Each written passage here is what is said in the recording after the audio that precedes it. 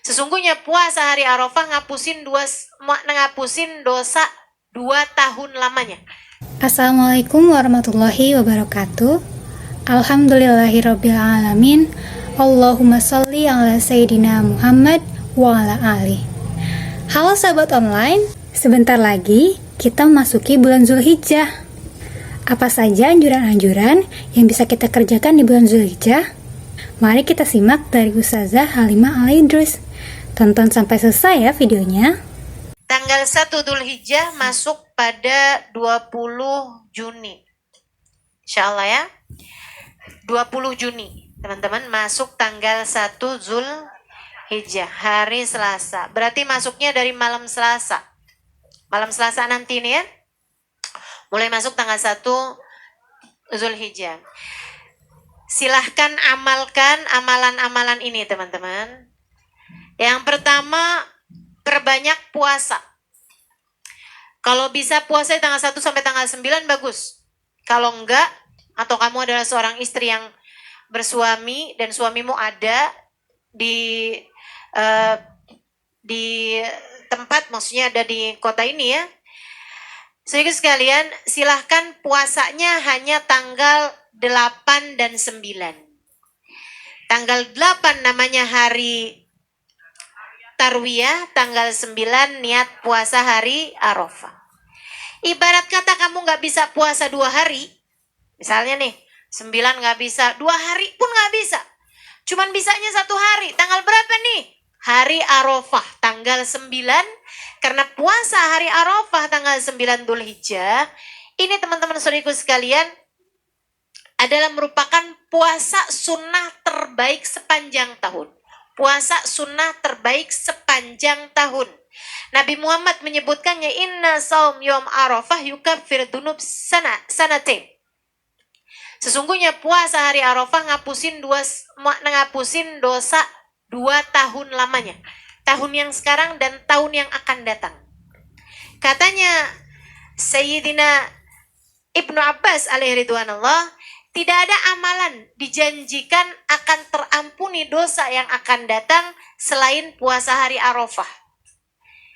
Aku rasa ini adalah kabar gembira, kata beliau, kata Sayyidina Ibnu Abbas. Aku rasa ini adalah kabar gembira untuk orang yang puasa 9 Dzulhijjah atau hari Arafah, bahwa umurnya masih akan panjang sampai tahun depan. Jadi siapa yang masih pengen panjang umur sampai tahun depan, jangan tinggalin puasa hari Arafah. Jatuhnya hari Rabu. Ya, hari Arafah itu jatuhnya hari Rabu. Berarti hari sebelumnya Tarwiyah jatuhnya hari Selasa. Kalau kamu masukin dari hari Seninnya lebih bagus lagi. Gitu ya. Jadi dapat 3 hari. Di bulan Asyhurul Hurum. Di Asyhurul Hurum, di bulan-bulan mulia. Jadi Senin, Selasa, Rabu. Gitu ya. Kemudian Kemisnya haram puasa karena itu adalah hari raya Idul Adha. Tasyrik aja. Belum tasyrik, belum juga hari raya. Besoknya baru hari tasyrik. Hari Jumat, Sabtu, Minggu. Itu juga diharamkan untuk berpuasa. Kata Nabi Muhammad, ayyamut tasyrik ayyamu aklin syurbin wa dzikrillah. Hari-hari tasyrik adalah hari-hari makan, hari-hari minum, hari-hari banyak berzikir kepada Allah. Hari-hari banyak berzikir kepada Allah, terutamanya adalah dengan bertakbir. Gitu ya. Baik, itu adalah tentang puasanya. Kemudian yang kedua, perbanyak berzikir. Zikiran yang paling afdal untuk kamu baca adalah membaca La ilaha illallah. Itu zikiran paling afdal untuk kita perbanyak membacanya pada hari-hari ini. Dari hari tanggal 1 Dzulhijjah sampai ke hari tasyrik. Ya, sampai ke hari tasyrik atau sampai ke tanggal 10. Nah, habis tanggal 10, mulai tanggal 10, 11, 12, 13, zikiran yang paling afdol adalah bertakbir. Dari 1 sampai 10, zikiran paling afdolnya adalah adalah baca la ilaha illallah. Tanggal 10 sampai dengan tanggal 13, zikiran paling afdolnya adalah takbir. Kapan zikiran la ilaha illallah itu dibaca? Pokoknya hari-hari baca aja. La ilaha illallah, la ilaha illallah, la ilallah, la ilaha illallah. Mau lengkap la ilaha illallah, daula syarikalah. Lahul mulku wa lahul hamdu wa yumit wa huwa ala kulli syai'in qadir. La ilaha illallah, daula syarikalah. Terutamanya tanggal 9. Nanti hari Arafah, malam Arafah, bagus kalau kamu bisa baca la ilaha illallah, daula syarikalah. Lahul mulku wa lahul hamdu wa yumit wa huwa ala kulli syai'in qadir sampai dengan 1000 kali. Hari Arafahnya. Dari mulai malam Arafah tuh, boleh. Alhamdulillah. Alhamdulillah. Sedikit sekalian yang saya muliakan.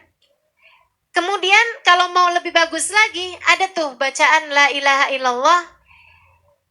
La ilaha illallah adadal layali wad duhur. La ilaha illallah adadal ayami wasyuhur. Gitu ya. Itu bacaannya tuh agak cukup panjang.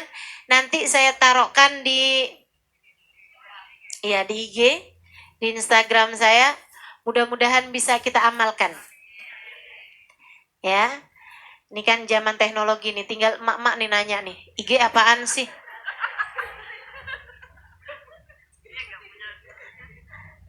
Iya. IG maksudnya Instagram, Nek. Jida-jida nanya lagi nih, Instagram belinya di mana? Suruh cucunya aja, Nek, buat liatin. Nanti screenshotin. Screenshotin apaan tuh? Fotoin di HP, fotoin. Nanti nenek biar dikasih aja. Susah katanya kalau ngelihatnya dari HP, fotokopiin. Nah, dari HP kecil-kecil ya, Nek ya. Jida-jida boleh tuh nanti minta anak-anaknya bukan buat fotoin dari Instagram saya, kemudian di fotokopiin. Gedein dulu ya, nanti bilangin sama tukang fotokopinya. Ukuran A4.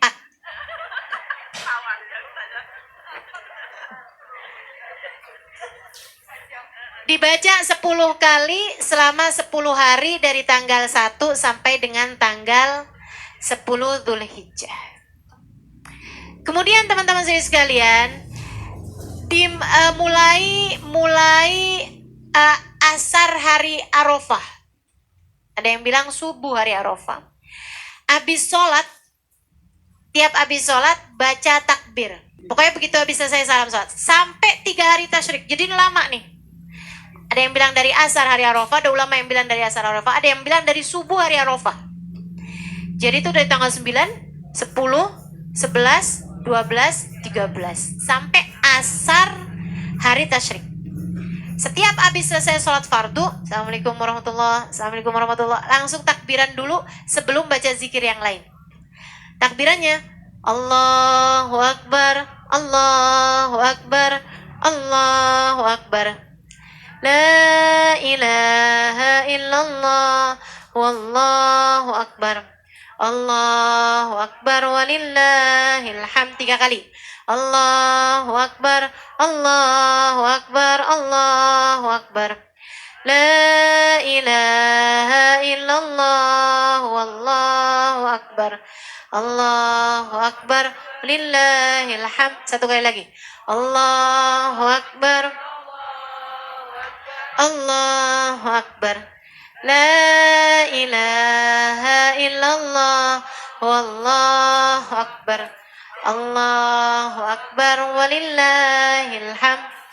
Allahu Akbar kabira walhamdulillahi katsira wa subhanallahi bukratan wa asila.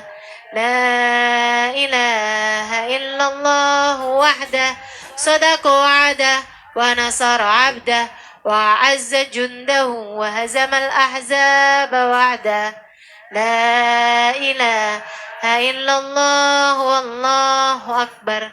Allahu Akbar walillahil hamd. Dah segitu dibaca. Habis itu baru astagfirullah, astagfirullah, astagfirullah. Lanjutkan doa-doanya seperti biasanya. Hafal ya, insyaallah ya. dibaca dari sejak hari Arafah, habis asar ataupun habis subuh. Dari itu sampai ke asar hari terakhir tasyrik, hari ke-13, tanggal 13 dari bulan Zulhijjah. Saudara sekalian yang saya muliakan, selain daripada itu apalagi? Hari Arafah, ya. Selain daripada puasa, silahkan baca surat Al-Ikhlas 1000 kali. Bacanya hari Arafah, jadi abis subuh tuh. Sebab kalau malam namanya bukan hari, namanya malam. Nah kalau ini hari Arafah. Baca surat Al-Ikhlas dari pagi hari itu hari Arafah, sampai dengan 1000 kali. Usahakan selesai sebelum asar. Abis asar hari Arafah, banyaklah berdoa, gitu ya. Sisakan kalau mau Al-Ikhlasnya 10 kali gitu. Kemudian La ilaha illallah daula syarikalah yang udah dibaca dari tadi malam tuh, sisain juga 10 kali gitu. Kemudian sesudahnya banyakin doa. Banyakin doa sebanyak-banyaknya.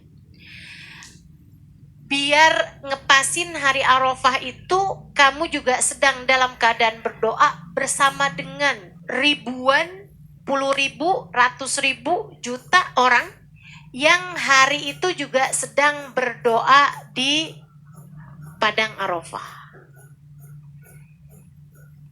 Kalau bisa deket-deket matahari tenggelam tuh, usahakan jelang-jelang maghrib tuh kamu masih sedang berdoa. Itu saat paling mustajab di hari Arafah. Sekalian doa.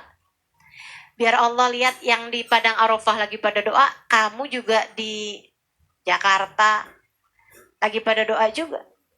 Gitu. Masing-masing. Gitu kan ya? Ustazah perlu keluar rumah buat kena cahaya matahari. Boleh juga. Kalau mau begitu boleh juga. Sambil bilang begini, ya Allah, di bawah matahari yang sama, kami sedang berdoa. Yang di Arafah itu mataharinya sama nggak? Sama sama kita. Maka di bawah matahari yang sama, di bawah langit yang sama, kami sama-sama sedang berdoa, meminta kepadamu ya Allah. Jika engkau mengabulkan doa mereka, kabulkanlah pula doaku ya Allah. Insya Allah doanya nggak ditolak sama Allah.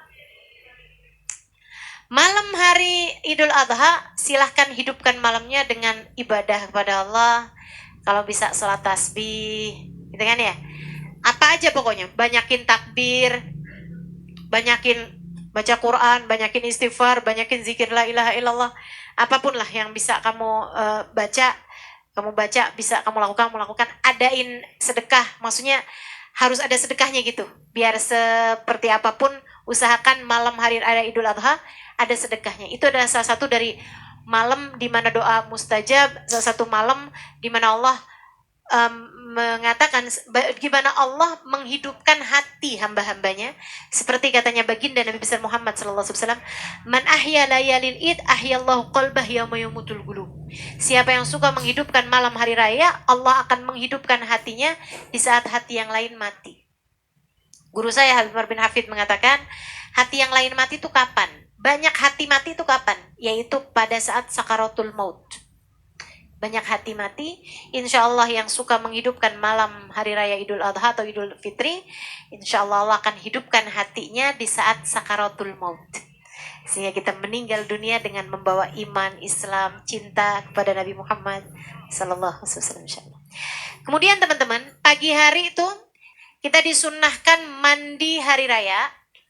Kita disunnahkan bersih-bersih, kayak potong kuku, gitu ya. Kecuali buat yang akan kurban.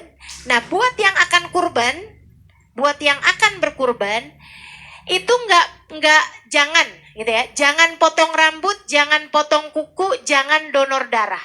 Dari sejak tanggal 1 Dzulhijjah sampai hewan kurbannya dipotong. 3 itu aja. Kalau bersih-bersih, mandi apa segala macam sih, nggak apa-apa. Kalau urusan gosok gigi sih harus. Kata Ustazah sebaiknya jangan angkat-angkat apapun dari badan termasuk daki. Enggak, kalau daki mah angkat aja. Ya, kalau kotoran gigi mah angkat aja teman-teman. Yang dimaksudkan adalah anggota tubuhmu kayak rambut gitu kan, bulu-bulu segala macam tuh nggak usah angkat dulu tuh di tanggal 1 sampai hewan kurbanmu dipotong ya. Termasuk donor darah seperti yang tadi saya sampaikan. Kuku juga, jangan potong kukunya dari tanggal 1 sampai tanggal 10. Ustazah kalau nggak tahu terus potong gitu gimana Ustazah? Nggak boleh kurban, kurban juga. Ini hukumnya sunnah aja teman-teman. Sunnah aja, jangan potong rambut, jangan potong kuku, jangan donor darah. Ya, tapi hukumnya nggak wajib atau nggak haram juga gitu. Tapi sebaiknya jangan. Kenapa gitu? Rugi. Kenapa rugi? Sebab dengan pemotongan hewan kurbanmu itu, anggota tubuhmu itu akan mendapatkan ampunan. Seperti mana yang disampaikan Nabi kepada Sayyidah Fatimah, ya Fatimah, syhidi laki udhiyatik. Wahai Fatimah, saksikanlah ketika hewan kurbanmu dipotong. Dengan kepalanya diampuni dosa kepalamu. Dengan tubuhnya diampuni dosa tubuhmu. Dengan tangan kakinya diampuni dosa tangan kakimu.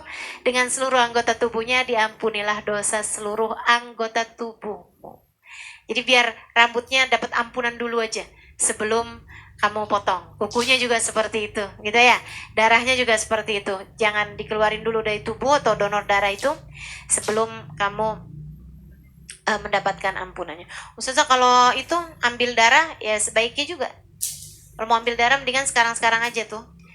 Buat pemeriksaan lab apa itu. Nah itu ya.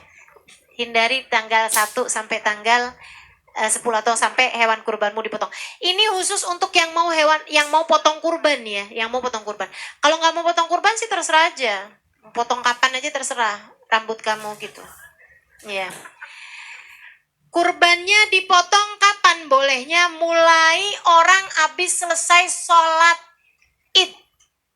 Sebelum sholat Id, kamu disunahkan untuk jangan makan, jangan minum apapun dulu.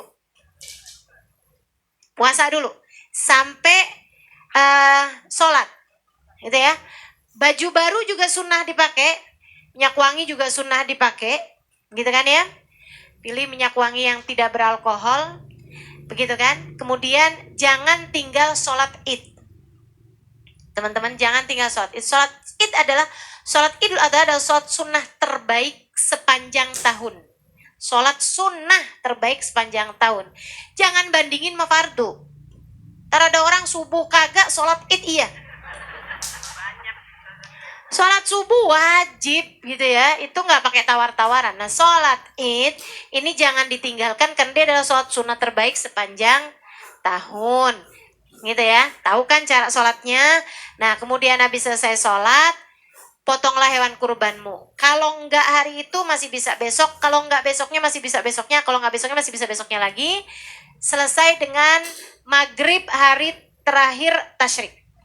Tapi usahakan enggak sampai asar. Usahakan sebelum asar tuh udah dipotong untuk tanggal 13. Tapi kalau untuk sebelum itu, maksudnya masih tanggal 10, 11, 12, mau potong malam juga enggak apa-apa. Potong habis asar, potong habis subuh, kapan aja waktunya kamu potong boleh aja. Unta atau sapi atau kambing. Udah nggak boleh turun ke ayam tuh.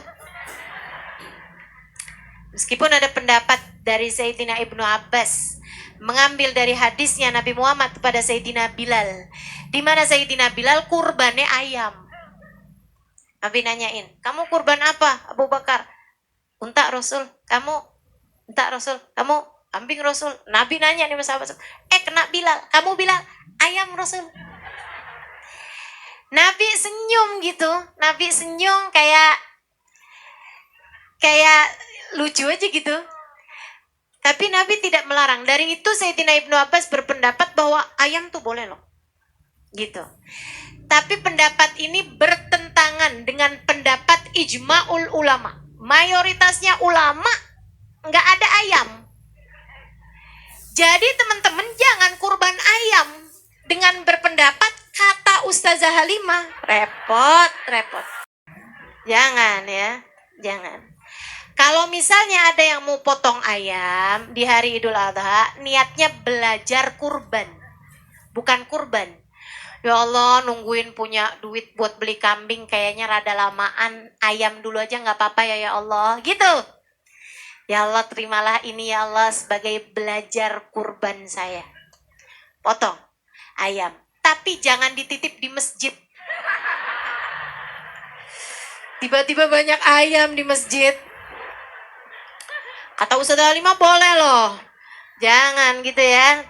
Ntar saya disalahin ulama-ulama se-Jakarta nih, jangan. Gitu, jadi gitu teman-teman. Potong aja di rumah, dan saran saya kalau potongnya ayam, masak. Bagiin berupa opor, biar orang gak bingung. Nerima daging kok tiba-tiba putih ya ini ya, apa ini ya? Gitu ya. Kalau kambing bagusnya dibagi mentah. Dan semua hewan kurban bagusnya dibagi mentah, berbeda dengan akikah. Kalau akikah bagusnya dibagi matang. Ustazah katanya orang kalau belum akikah nggak boleh kurban. Boleh aja. Boleh aja. Bagusan mana Ustazah? Kurban apa akikah? Semuanya sama-sama bagus. Sama-sama bagus gitu. Bukan berarti kamu kalau akikah nggak perlu kurban, kalau kurban nggak perlu akikah, dua-duanya sama-sama kamu kerjain. Ibarat nih Ustazah, ibarat nih. Duitnya tuh nabungnya lama Ustazah. Cuman bisa kebeli kambing atu. Kurban apa akikah? Akikah. Kalau kamu yakin kamu belum pernah diakikahin oleh orang tuamu. Kenapa gitu? Karena akikah itu terkait sama orang tua. Katanya Nabi Muhammad itu, anak tergadai sampai dibayarkan akikahnya. Nah kalau barang tergadai itu kan belum bisa dimanfaatkan. Itu khawatirnya gitu kan. Khawatirnya nih amal perbuatan kita nggak langsung nyambung ke orang tua gitu kalau kita belum akikah khawatirnya. Jadi akikah aja dulu. Ya, kalau yang belum akikah gitu. Seperti itu ya, teman-teman. Ustazah, akikah kalau misalnya digabungin pas hari kurban. Dengerin saya biar nggak salah paham. Akikah Ustazah, saya ini tahu saya belum akikah. Kemudian datang nih hari kurban nih. Boleh nggak sih Ustazah saya niatin akikah juga dan kurban juga, kan pas harinya kurban gitu. Boleh nggak saya niatin dua-duanya Ustazah? Saya pernah nanya ini kepada Habib Zain bin Smith. Karena saya buka-buka kitab nggak nemu-nemu. Akhirnya saya tanya kepada beliau tentang hal ini saat saya sedang bersama dengan beliau waktu itu. Saya tanya, Bib, kaifal jama' bainal udhiyah wal aqiqah? Gimana tuh? Ngumpulin antara akikah sama kurban. Kalau nanya sama ulama tuh pendek aja pertanyaannya. Gak usah panjang-panjang kayak curhat gitu. Soalnya Bib kan ada yang nanya gini nih Bib. Misalnya Bib, orangnya tuh rada susah Bib. Nabungnya susah. Cuman bisa kebeli satu kambing. Nggak usah tuh kalau mau ulama tuh pertanyaan pendek aja. Kalau ibu-ibu nanya sama saya panjang gitu kan. Karena ibu-ibu tahu saya belum ulama. Jadi akhirnya saya tanya kepada Habib Zain. Jawaban Habib Zain bilang begini. Fihi khilaf bainal imamain. Ya, bain Ibnu Hajar Al-Asqalani wa bainar Ramli. Kata beliau begitu. Terus Habib Zain bilang ada di kitab Bushrul Karim, kata beliau. Jadi saya udah buka-buka kitab, rupanya saya nggak kebuka si Bushrul Karim itu. Gimana tuh?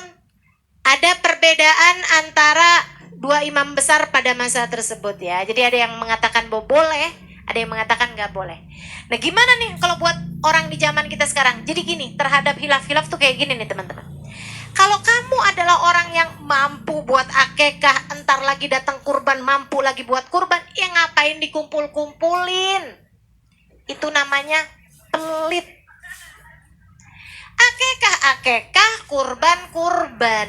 Jangan kamu lahirin anak deket-deket Idul Adha, ya udah gampang ntar akikahnya sekalian. Jangan. Itu masing-masing aja. Khurujan minal khilaf, biar kamu keluar dari khilafiyah ulama yang mengatakan nggak sah kalau dikumpul-kumpulin. Gitu. Tapi kalau kamu seperti orang yang tadi udah saya sampaikan, nabungnya rada susah, ya kan? Ekonominya terbatas. Udah nabung susah banget nih, baru bisa nih kekumpul. Bisa buat beli satu kambing. Saya belum diakikah juga. Ini kebetulan deket waktunya kurban. Apa? Saya niatkan, niat dua-duanya. Allah Maha Karim, Allah Maha Rahim. Insya Allah kamu selesai dari urusan akikah dan juga kamu terbayarkan atau kamu pun juga terhitung berpahala kurban. Gitu ya, jelas ya? Baik. Itu aja yang bisa saya sampaikan. Mudah-mudahan amalannya udah semua kayaknya ini urusannya. Oh iya, Ustazah, daging kurban itu gimana Ustazah? Boleh sunnah dibagikan kepada orang fakir miskin. Tapi boleh juga dibagikan kepada siapapun. Orang kaya, bahkan orang non-muslim sekalipun. Sunnahnya dibagi mentah, teman-teman. Sunnahnya dibagi mentah, kalau akekah sunnahnya dibagi matang. Gitu kan ya? Kemudian harus dibagi, nih dengerin saya. Harus dibagi sebelum tanggal 13 Dzulhijjah. Semuanya harus dibagi sebelum tanggal 13 Dzulhijjah, sebelum matahari terbenam tanggal 13 Dzulhijjah. Makanya saya bilang tadi sebaiknya potongnya itu sebelum asar. Biar kalau kamu potong sebelum asar hari terakhir tasyrik ya, hari terakhir tasyrik, kamu udah selesai baginya di saat matahari terbenam. Sebab kalau belum, nah itu takutnya jatuhnya itu udah keluar dari waktunya. Karenanya enggak sah ada ceritanya kurbannya dibagi entar-entaran. Beda dengan misalnya kita kasih sama tetangga kita lagi keluar kota terus dia bilang simpenin dulu aja di kulkasmu. Nah itu nggak apa-apa. Itu nggak apa-apa. Sehingga sekalian saya muliakan, yang nggak boleh itu saya pernah lihat nih iklannya. Makanya saya sampaikan, saya peringatkan ya kepada semuanya nih. Gini nih, saya pernah lihat iklan gini. Kurbanmu dibagi sepanjang tahun kepada korban bencana alam. Jadi ternyata daging kurbannya itu dikornetin, dijadiin daging kalengan yang akan dibagikan kepada orang-orang yang terkena bencana alam sepanjang tahun.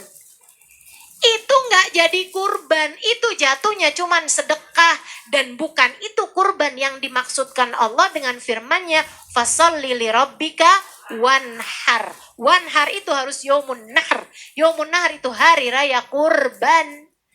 Jatuhnya tanggal 10, 11, 12, 13. Jangan tawar-tawaran sama syariat Allah dan jangan sok-sokan kreatif sama syariat Allah. Pikir-pikir sendiri dia ya. Ayo dah. Udah jelas insya Allah ya. Ustazah boleh makan gak sih kalau kita kurban? Boleh. Dengan syarat kurbannya bukan kurban wajib. Jelas? Kalau kamu kurbannya kurban sunnah, kamu boleh makan dari daging kurbannya bahkan sunnah. Tapi ngambilnya jangan lebih dari 1/3. Ada orang kurban buat dia semua. Itu namanya bukan kurban. Iya.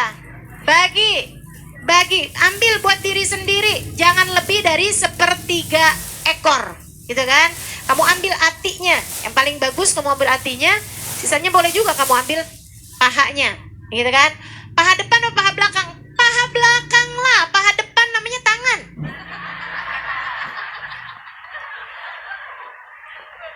Depan namanya tangan, belakang paha tuh, gitu kan? Baiklah teman-teman sekalian, udah jelas semuanya insya Allah. Mudah-mudahan jadi ilmu yang manfaat. Jadi ilmu yang kita dengar, kita resapi, kita masukkan dalam hati jadi cahaya. Memandu kita dalam kehidupan insya Allah. Diamalkan, dimudahkan untuk dapat mengamalkannya dalam kehidupan. Wassalamualaikum warahmatullahi wabarakatuh.